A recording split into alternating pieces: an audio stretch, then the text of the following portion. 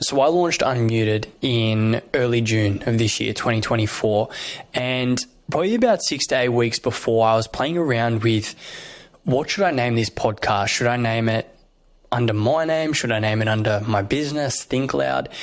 And it took me down this journey or this rabbit hole of understanding how to name a podcast and are there right or wrongs and what is going to give me the best chances of being seen and have my podcast heard and what's going to feel the best for me. Over the course of about 2 to 3 weeks, I was playing with a ton of different names. I was testing them on social media.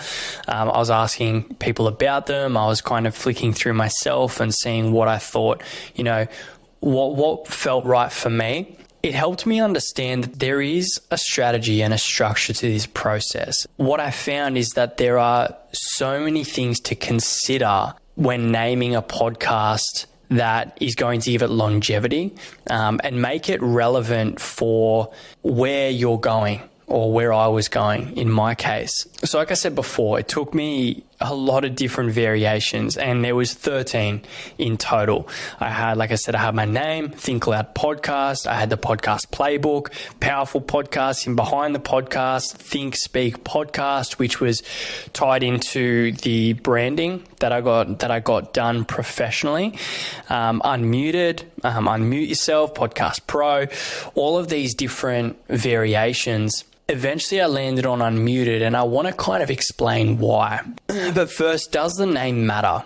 So in my personal experience and my personal opinion, I think it absolutely matters because I think when it comes to creating podcast content and episodes and everything that comes with building a podcast, ultimately it has to speak to what we're trying to do and what we're trying to create. And there are a lot of podcasts out there that don't do that. They've got abstract names or they're just, someone's name or they're quite abstract. And that's all well and good. But in my opinion, when I was going through this process, for me, it really did matter. And I think that was just a decision that I wanted to make because in the past I had podcasts and over time, they didn't really grow with me. And that's something I'll get to in a second, but I found that I outgrew them. So for me, it was about looking for something that I can stick with for a long period of time and that I can identify with. And probably the easiest way to do that would be to use my name, but there was something more that I wanted. So how do we find the right name for a podcast? If you're sitting there and you're in the planning stages and you're trying to come up with a name, or maybe you have a name but it doesn't quite feel right, maybe you're looking at changing it or just looking at a couple of different options, there's 6 key questions that we can ask to find the ideal name. And question number 1 is, what are people searching? Now, does searching matter when it comes to creating a podcast? I didn't think it did for a long time, but I was going through some analytics for a client earlier today, and I was looking at the impressions and where the traffic was coming from, where the people were coming from that were going to listen to the podcast. And at the top, this is Spotify only. At the top was Spotify Home. So the podcast is showing on the homepage, Spotify for people, kind of, the recommendations related to what people are already listening to. But second was Spotify search. And this data shows that there is a lot of opportunity to reach new people based on what they're searching. This doesn't have to mean that it's the podcast name people are searching. It could be specific episodes that pop up, specific guests that people are looking for. But if you've got a name that is aligning with what your ideal audience is searching for, then if you don't have that, you're leaving a lot of opportunity on the table. So with this, now it's looking at and understanding what are people searching for. And that's just a matter of going through and researching, competitors' podcasts, what kind of keywords are they using, looking at Google Trends and using tools that are going to give you insights into what people are actually searching for. Another great tool is Ask the Public or Answer the Public, and you put in your kind of keyword. So say it's podcasting, and it will give in a bit of a priority order what people are searching for related to that keyword. So that's going to help inspire some new ideas. Number 2, does the name give you a blue ocean?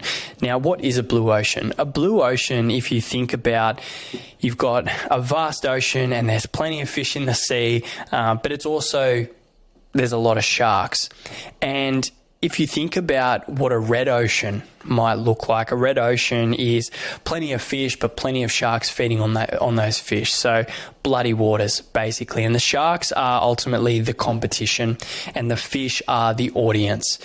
Now, a blue ocean is a place where there's plenty of fish and there's plenty of audience, but there aren't any other sharks. And so it creates much more opportunity to capture people's attention without needing to worry about competition. And so really, this is about coming up with a name that your competitors aren't also using or also speaking about, where things that people are searching for, no one else is creating content around or no one else is calling their podcast. So number 3, is the name taken and by who? Now, this kind of falls into the blue ocean strategy, but this is about doing the research and going, is the name that I have chosen taken?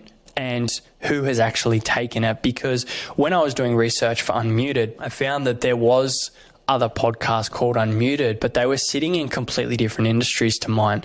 So as far as content creation and marketing and storytelling goes, I had a complete blue ocean in my industry for this specific name. So even though the name might be taken, it's taking that next step and going, okay, but who's actually using that? Is this actually my competitors, or is this someone who is completely unrelated to what I'm trying to do here?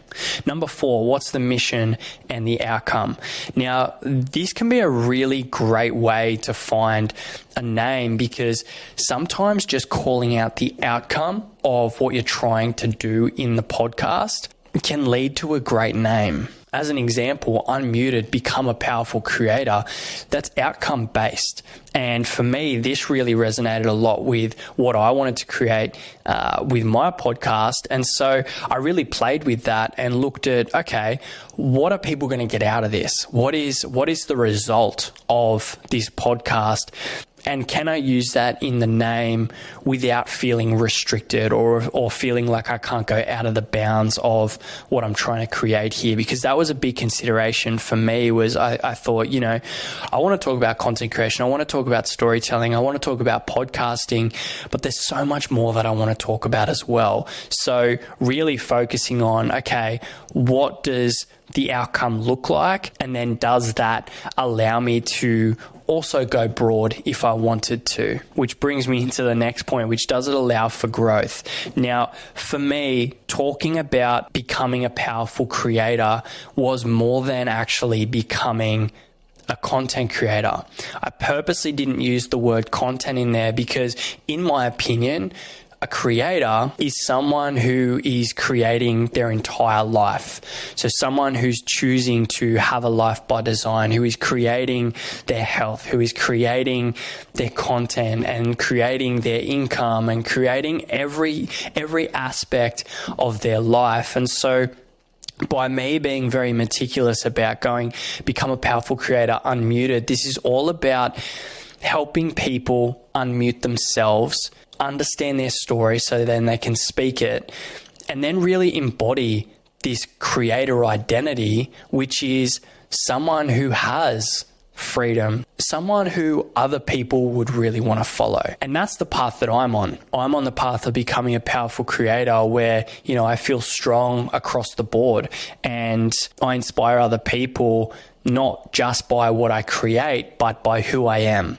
And so for me, when I landed on Unmuted and I was playing around with, becoming a powerful podcaster and creating powerful content and this and that, it didn't feel right because I knew that I would get to a stage where I wanted to do more, but the name was going to really restrict me. And so this is important really to think about, okay, well, if you're making a podcast for a very specific reason, then that's great, but is it restricting you if you decide to take an alternative path?